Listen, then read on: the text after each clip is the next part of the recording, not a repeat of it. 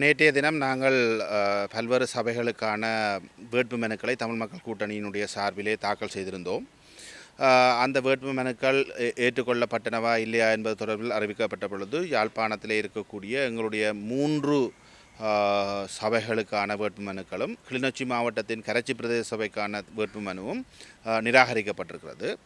அதிலே யாழ் மாநகர சபைக்கு வேட்புமனு நிராகரிக்கப்பட்டதுக்கு சொல்லப்பட்டிருக்கின்ற நேற்றைய தினம் சொல்லப்பட்ட காரணம் 2023ஆம் ஆண்டு 31ஆம் இலக்க உபபிரிவு 3 சட்ட ஏற்பாட்டின்படி தேர்தல் சட்ட ஏற்பாட்டின்படி எங்களுடைய வேட்புமனுவோடு இணைக்கப்பட்ட ஒரு பெண்ணினுடைய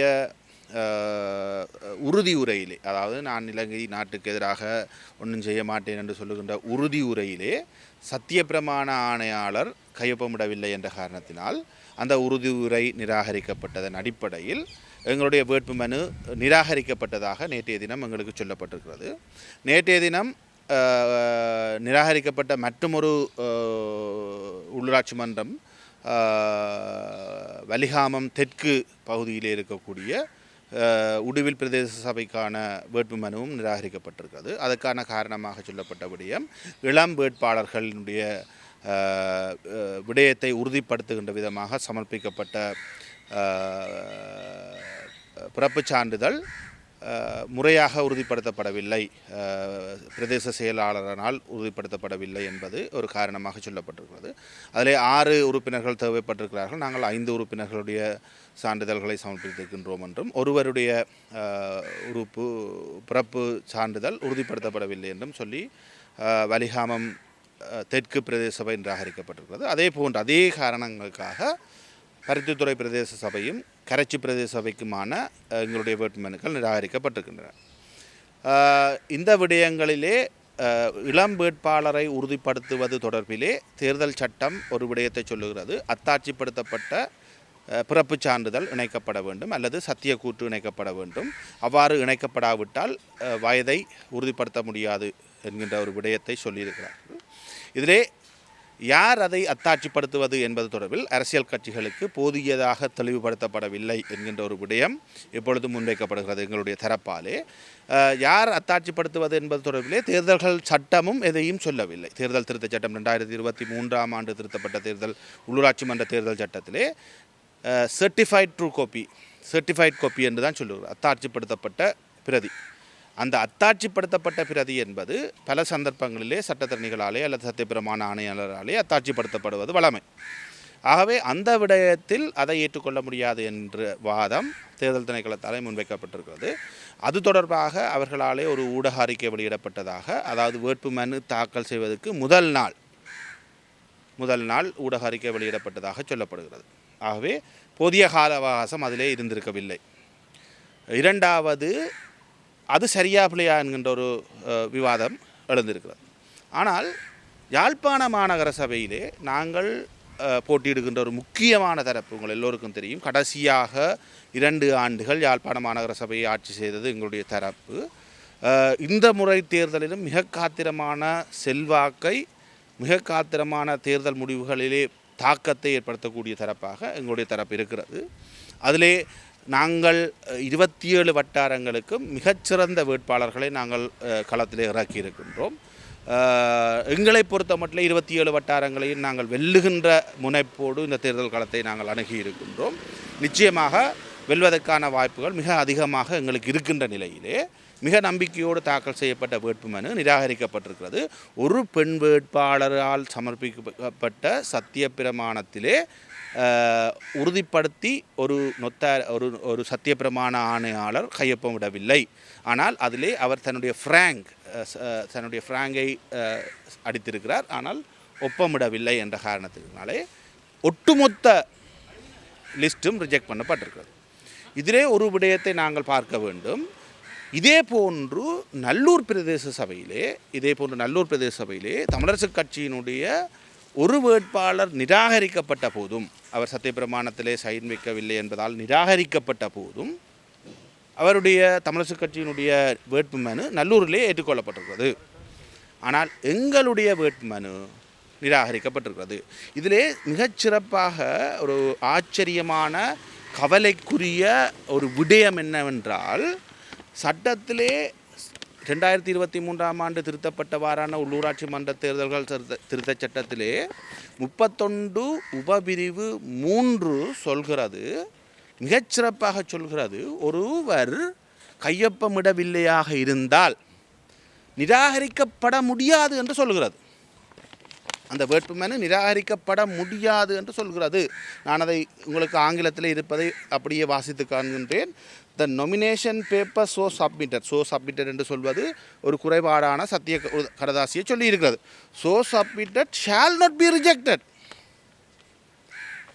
நிராகரிக்கப்பட முடியாது என்று சொல்லியிருக்கிறது. நிராகரிக்கப்பட முடியாது என்று சொன்ன அந்த சட்டத்தை வைத்து என்னுடைய வேட்புமனுவை நிராகரித்திருக்கார். நல்லூரிலே நிராகரிக்கவில்லை. தமிழரசு கட்சியினுடைய நல்லூர் வேட்புமனு நிராகரிக்கப்படவில்லை. ஆனால் எங்களுடையது நிராகரிக்கப்பட்டிருக்கிறது. 31வது இந்த சட்டத்தின் 31 சொல்கிறது எப்பொழுது வேட்புமனுவை நிராகரிக்கலாம் என்று சொல்லுகிறது. 31 சொல்கின்ற விடயம் 2 விடயத்தை நாங்கள் பார்க்க வேண்டும். 31 பி பிரிவு சொல்கிறது, மொத்த எண்ணிக்கையை கொண்ட வேட்பாளர்களை தராவிட்டால் அந்த வேட்பு மனுவை நிராகரிக்கலாம். வேட்பு மனுவிலே உதாரணத்துக்கு யாழ் மாநகர சபையை பொறுத்த மட்டிலே வேட்பு மனுவிலே 48 பேரை நாங்கள் கொடுக்க வேண்டும். அந்த 48 பேரை கொடுக்காமல் 47 பேரை கொடுத்திருந்தால் அந்த வேட்பு மனுவை நிராகரிக்கலாம் என்று 31வது பிரிவு சொல்லுது. 31வது பிரிவு மட்டும்தான் எவ்வாறு வேட்புமனுவை நிராகரிக்கலாம் என்று சொல்லுகின்ற பிரிவு. அதில் எஃப் பிரிவு சொல்கிறது, 31(1) எஃப் சொல்லுகிறது, சட்டத்தாலே தேவைப்படுத்தப்பட்ட பெண்களையோ அல்லது சட்டத்தாலே தேவைப்படுத்தப்பட்ட இளைஞர்களையோ யுவதிகளையோ உள்ளடக்காவிட்டாலும் வேட்பு மனுவை நிராகரிக்கலாம். வேட்பு மனுவில் உள்ளடக்காமல் இருந்தால் அதன் பிரகாரம் இவர்கள் எங்களுக்கு தந்த அறிவுறுத்தலின் பிரகாரம் வட்டாரத்தில் 4 பெண்கள் மாநகர சபையில் இருக்க வேண்டும். விகிதாசாரத்தில் 10 பெண்கள் 12 பெண்கள் மாநகர சபையில் 10 பெண்கள் மாநகர சபையில் இருக்க வேண்டும். இளைஞர்கள் 12 பேர் மாநகர சபையில் இருக்க வேண்டும் என்று சொல்லியிருக்கிறது. இதிலே நாங்கள் இளைஞர்கள் எல்லாம் எங்களுக்கு பிரச்சனை கிடையாது. இங்கே மாநகர சபையில் இதிலே எங்களுடைய நொமினேஷன் பேப்பர் வேட்பு மனுவிலே வட்டாரத்தில் 5 பேரை கொடுத்திருக்கிறோம், விகிதாசாரத்திலே 10 பேரை கொடுத்திருக்கின்றோம், 12 இளைஞர்களை கொடுத்திருக்கிறோம். இதிலே கொடுக்கப்பட்ட 10 பெண்களில் ஒருவருடைய சத்தியக்கூற்று பிழை என்று சொல்லுகிறார்கள். ஆகவே நொமினேஷன் பேப்பரின் படி நாங்கள் சரியாக கொடுத்திருக்கிறோம். நொமினேஷன் பேப்பரிலே பெண்கள் இருக்க வேண்டிய அளவு கொடுக்கப்பட்டிருக்கிறது. ஆகவே சட்டம் சொல்லுது சரியாக இருந்தால் நிராகரிக்க முடியாது. வேட்பு மனுவை நிராகரிக்க வேண்டுமாக இருந்தால் இந்த 2 ஒரு பிரிவிலே நிராகரிக்க வேண்டும். ஒன்றில் மொத்த வேட்பாளர்களில் குறைபாடு இருக்க வேண்டும், அல்லது பெண்கள் அல்லது இளைஞர்களில் குறைபாடு இருக்க வேண்டும் என்றால் ரிஜெக்ட் பண்ணலாம். ஆனால் நாங்கள் சரியாக கொடுத்துருக்குறோம். 31 உபபிரிவு 3 சொல்லுகிறது ரிஜெக்ட் பண்ணக்கூடாதுண்டு. அஃபிடேவிட் சைன் பண்ணலைன்னா ரிஜெக்ட் பண்ணாதேங்கோன்னு சொல்லுது, திட்ட தெளிவாக சொல்லுது. ஒரு ஆள் சைன் பண்ணலைன்னா அவரை மட்டும் நீக்கி விடுங்கோ, மற்றாக்களை நிராகரிக்காதீங்கோ என்று தெளிவாக சொன்ன சட்டத்தை வச்சுத்தான் எங்களுடைய வேட்புமனுவை நிராகரித்திருக்கிறார்கள். அப்பொழுது நான் கேட்டேன், நீங்கள் இந்த சட்டத்தின்படி தான் நிராகரிக்கிறது என்று சொல்வது அவமானம். ஏன்னா நிராகரிக்கக்கூடாது என்று சொன்ன சட்டத்தையே நீங்கள் எங்களை நிராகரிப்பதற்காக பயன்படுத்துகிறீர்கள். தயவு செய்து வேறு ஒரு சட்டத்தை கண்டுபிடியுங்கள் என்று சொல்லியிருக்கிறேன். ஏனென்றால் நாங்கள் வேட்புமனுவை நிராகரிக்கக்கூடாது என்று சட்டம் சொல்லியிருக்கிறது. ஆனால் 83ஆம் ஆண்டு இந்த சட்டம் திருத்தப்பட்ட பொழுது சத்தியப்பிரமாணம் கொடுக்காவிட்டால் வேட்புமனுவை நிராகரிக்கலாம் என்று இருந்த ஏற்பாடு பின்னர் திருத்தப்பட்டிருக்கிறது. என்றால் ஒருவர் கொடுக்காமல் விட்டால் முழு லிஸ்டையும் ரிஜெக்ட் பண்ணக்கூடாது என்பதற்காக சட்டம் திருத்தப்பட்டது. அவ்வாறு சட்டம் திருத்தப்பட்ட பொழுது ஒருவர் கொடுக்காவிட்டால் அவரை நீக்கிவிட்டு மீதி பேரோடு நடத்தலாம் என்று சொல்லியிருந்தது. அதன் அடிப்படையில் தான் நான் நினைக்கின்றேன், என்னுடைய நினைவு சரி என்றால் கடந்த 2018ஆம் ஆண்டு யாழ்ப்பாண மாநகர சபையிலே தமிழர் விடுதலை கூட்டணி சார்பிலே தாக்கல் செய்யப்பட்ட வேட்புமனுவிலே என்னுடைய நினைவு சரி என்றால் 15 பேருக்கிட்ட அல்லது 10-15 பேருக்கிட்ட ரிஜெக்ட் பண்ணப்பட்டது. அதில் பல பெண்களும் இருந்திருப்பார்கள். ஆனால் வேட்புமனு நிராகரிக்கப்படவில்லை. அதே போன்று இந்த முறை நல்லூர் பிரதேச சபையிலே வேட்புமனு நிராகரிக்கப்படவில்லை. இது பெண் என்றதாலே மாற்ற வேணும் என்று கூட ஒரு இடமும் சொல்லல. அல்லது பெண் இல்லை என்றால் நீங்கள் வேட்புமனுவில் கழிக்கலாம், ஆண் என்றால் கழிக்கக்கூடாது எதுவுமே இல்லை. ஏன் நான் 2வது பிரிவை சொன்னான் என்றால், ஆண் இல்லை என்றாலும் மொத்த வேட்பாளர் எண்ணிக்கை குறைஞ்சுவோம். அவற்றை பேரை நீக்கினால் மொத்த வேட்பாளர் எண்ணிக்கை குறையும். ஏன்னா 31(1)B பிரிவு சொல்லுது மொத்த வேட்பாளர் எண்ணிக்கை குறைஞ்சா ரிஜெக்ட் பண்ணுங்கொண்டு. ஆனால் சட்டம் ஒரு பாதுகாப்பை எங்களுக்கு தந்திருக்கு. தச்சு தவறி ஒரு வேட்புமனுவில் ஒரு அஃபிடவிட் பிழை என்றால் நீங்கள் நிராகரிச்சிடாதீங்கொண்டு ஒரு பாதுகாப்பு தந்திருக்கு.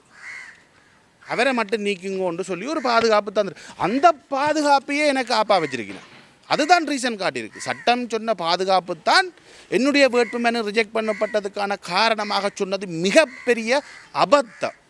இந்த நாட்டிலே சட்டம் ஒழுங்கிலே இருக்கக்கூடிய மிகப்பெரிய அபத்தம். நான் இன்றைய தினம் யாழ் மாவட்ட தேர்தல் ஆணையாளருடன் பேசுகின்ற பொழுது நாங்கள் 3 மொழி சட்டத்தையும் பார்த்தோம். ஆங்கிலத்தில் எவ்வாறு இருக்கிறது, தமிழில் எவ்வாறு இருக்கிறது, சிங்களத்தில் எவ்வாறு இருக்கிறது என்றால் எனக்கு சிங்கள புலமை இல்லை. சிங்களத்தில் ஏதாவது மாற்றங்கள் இருக்கிறதா என்று பார்த்தோம். ஆனால் 3 மொழிகளிலும் ஒரே சட்டம்தான் சொல்லப்பட்டிருக்கிறது. ஏனென்றால் சட்டத்திலே மொழிகளில் மாற்றம் இருந்தால் சிங்கள மொழி மூலமான சட்டம் மேலோங்கும் என்பது இலங்கையிலே ஏற்பாடு. ஆகவே சிங்கள மொழி சட்டத்தை பார்த்த பொழுதும் அவ்வாறு இல்லை. ஆகவே என்னுடைய வேட்புமனு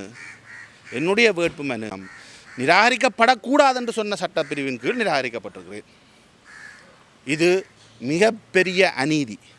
இது ஒரு ஊடக அறிக்கை அல்லது ஒரு தேர்தல் ஆணையாளரால் வழங்கப்பட்ட சட்டத்துக்கு புறம்பான ஒரு வழிகாட்டலின் காரணமாக நான் ரிஜெக்ட் பண்ணப்படுறேன். அவர்கள் ஊடகத்திலே சொல்ற அறிக்கையிலே சொல்லியிருக்கிறார்களாம், பெண் குறைஞ்சால் நீக்குங்கோண்டு. ஆனால் சட்டம் சொல்லியிருக்கு அப்படி நீக்கலாண்டு. சட்டம் தெளிவாக சொல்லியிருக்கு நீக்கலான்னு. அந்த பெண்ணை மட்டும் நீக்கு. வேட்பு மனுவில் இருக்குது என்று சரியா. அந்த பெண்ணுக்கு எலிஜிபிலிட்டி இல்லை எலெக்ட் பண்ணப்படுறதுக்கு. சட்டம் தந்த பாதுகாப்பு எனக்கு ஒவ்வொரு அரசியல் கட்சிக்கும் சுயேட்சை குழுக்கும் சட்டத்தால் ஏற்பாடு செய்யப்பட்டிருக்கின்ற பாதுகாப்பையே காரணமாக காட்டி எங்களுடைய வேட்புமனு தாக்கல் நிராகரிக்கப்பட்டது மிக மோசமான சட்டமீறல். இதை நாங்கள் நிச்சயமாக மேல் நீதிமன்றமோ உயர் நீதிமன்றமோ எங்கே என்றாலும் போவோம். நாங்கள் இதுக்கு எதிராக நாங்கள் வழக்கு தாக்கல் செய்வதற்கான நடவடிக்கைகளில் நாங்கள் ஈடுபட்டிருக்கிறோம். எங்களுடைய யாழ் மாவட்ட தேர்தல் அலுவலர்கள் மிக பண்பாக எங்களோடு இந்த விடயங்களை கதைத்திருக்கிறார். அவரிலே எந்த ஒரு தவறும் கிடையாது. அவருக்காக அனுப்பப்பட்ட வழிகாட்டலை அவர் மீற முடியாத நிலைமையில் அவர் இருப்பதாக தோன்றுகிறது. ஆகவே அவரோடு எங்களுக்கு எந்த பிரச்சனையும் பிணக்கும் கிடையாது. ஆனால் மத்திய தேர்தல் ஆணையாளரால் வழங்கப்பட்டதாக சொல்லப்படுகின்ற அந்த கைட்லைன்ஸ் அது சட்டம் அல்ல. அவர் நித்திர கொண்டுட்டு ஒழும்பி வந்து ஒரு கைட்லைனை விடையிலாது. சட்டத்துக்கு மேலதிகமாக சட்டத்தை மீறுற மாதிரி எதையும் செய்ய முடியாது. ஆகவே எனக்கு வழங்கப்பட்ட சட்ட பாதுகாப்பை எனக்கு எதிரான தீர்மானமாக கொண்டு வருவதற்கு செய்யப்பட்ட இந்த அநீதிக்கு எதிரான சட்ட போராட்டத்தை நாங்கள் தொடருவோம். நான் இன்றைய தினம் மன்றாட்டமாக ஒரு விடயத்தை முன்வைத்திருக்கிறேன். தயவு செய்து எங்களை வழக்கு மட்டும் போக விடாதீர்கள். சட்டத்தை பார்த்து எங்களுக்கு நியாயத்தை தாருங்கள். இதை நான் வழக்குக்கு போக முதலே உங்களுடைய மேலதிகாரிகளோடு கலந்துரையாடி இது சட்டத்திலே சொல்லப்படாத ஒரு விடயமாக இருக்கிறது. ஆகவே இதை நிராகரிக்க முடியாதென்று உங்களுடைய தீர்மானத்தை மாற்றுவதற்கு ஏதாவது வழி இருந்தால் அதை செய்யுங்கள் என்கின்ற விடயத்தை நான் மன்றாட்டமாக வினயமாக கேட்டிருக்கிறேன். ஆகவே அவர்கள் கலந்துரையாடட்டும். சட்டத்திலே இல்லாமலும் நாங்கள் நிராகரிப்போம் என்று புது வியாக்கியானம் எனக்கு தந்த பாதுகாப்பையே கேள்விக்குட்படுத்தி அதை சிதைக்கின்ற சட்ட வியாக்கியானம் செய்யப்பட்டிருக்குமாக இருந்தால் அதில் தேர்தல் திணைக்களம் மிக உறுதியாக இருக்குமாக இருந்தால் நாங்கள் வழக்கு தாக்கல் செய்வதற்குரிய அனைத்து நடவடிக்கைகளையும் நாங்கள் எடுப்போம். ஏனென்றால் எனக்கு மாநகர சபையோடு ஒட்டி கொண்டிருக்கிற நல்லூரிலே தமிழரசு கட்சியினுடைய வேட்புமனுவை நிராகரிக்கவில்லை. அந்த ஒருவரை மட்டும் நிராகரித்திருக்கிறார்கள். ஆனால் எங்களுடையது மட்டும் முழு லிஸ்ட் நிராகரித்திருக்கிறார்கள்.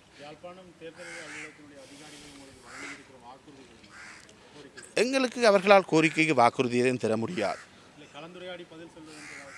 இல்லை, அப்படி நான் எதிர்பார்க்கவும் கூடாது. அவர்கள் இங்கே இருக்கக்கூடிய அலுவலர்கள் மேலதிகாரிகளால் வழங்கப்படுகின்ற எடுக்கப்படுகின்ற தீர்மானங்களை அமுல்படுத்துபவர்களாக இருக்கிறார்கள். ஆகவே அவர்களிடம் எந்த தவறும் கிடையாது. ஆனால் நான் சொல்லியிருக்கேன், சட்டத்தை நீங்கள் கதைக்க முடியுமாக இருந்தால் கதைத்து, சட்டத்தில் எங்கேயாவது இருக்கிறதா என்றால் நீங்கள் கதைத்து, இதை நீதிமன்றத்தில் போய் நாங்கள் தீர்ப்பை காண்பதற்கு முன்பாக இதை நாங்கள் உள்ளூர தீர்த்து கொள்ள முடியுமாக இருந்தால் நீங்கள் உங்களுடைய முடிவை மாற்ற இயலுமாக இருந்தால் தயவு செய்து அதை செய்யுங்கள் என்ற கோரிக்கையை நான் முன்வைத்திருக்கிறேன். என்றால் ஒரு சட்ட போராட்டம் நடத்துவதற்குரிய கால விரயம், நேர விரயம், பண விரயம் எல்லாத்தையும் கருத்தில் கொண்டு தயவு செய்து சட்டத்துக்கு புறம்பாக எனக்கு வழங்கப்பட்ட பாதுகாப்பையே எனக்கு எதிராக பயன்படுத்துகின்ற நேர் எதிரான அணுகுமுறையை தயவு செய்து மாற்றிக்கொள்ளுங்கள் என்கின்ற கோரிக்கையை வினயமாக விட்டிருக்கிறேன்.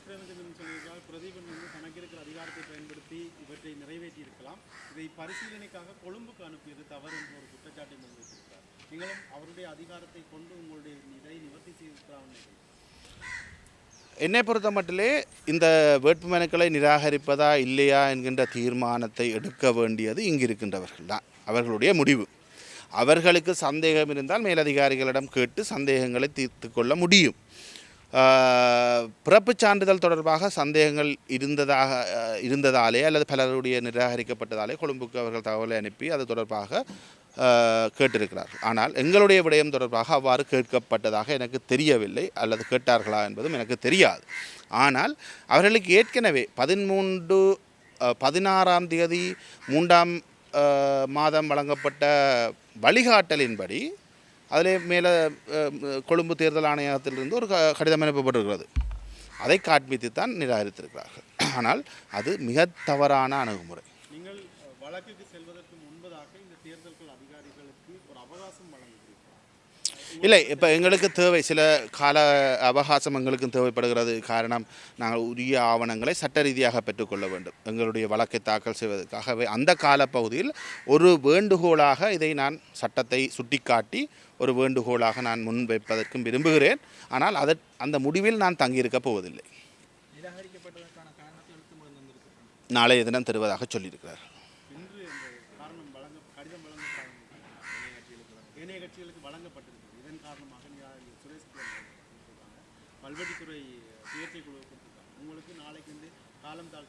இல்லை, நான் அந்த தாழ்த்துறதுக்கான காரணத்தை கேட்கவில்லை. உண்மையிலே நானும் ஒரு கோரிக்கையை வாய்மொழி மூலம் சொல்லியிருக்கிறேன். எனக்கு தந்த சட்ட பாதுகாப்பையே எனக்கு எதிராக திருப்பக்கூடாது, தயவு செய்து இதை ஒருக்கா மேலதிகாரிகளுடன் கலந்துரையாடுங்கள் என்று சொல்லியிருக்கிறேன். அவ்வாறு கலந்துரையாடி எனக்கு சாதகமான பதிலை தந்து எங்களுடைய வேட்புமனு ஏற்றுக்கொள்ளப்படுமாக இருந்தால் நான் வழக்குக்கு போக தேவையில்லை. நாளைய தினம் அல்ல, 2 நாள் கழித்து தந்தாலும் எனக்கு சந்தோஷம்தான். தெரியாது.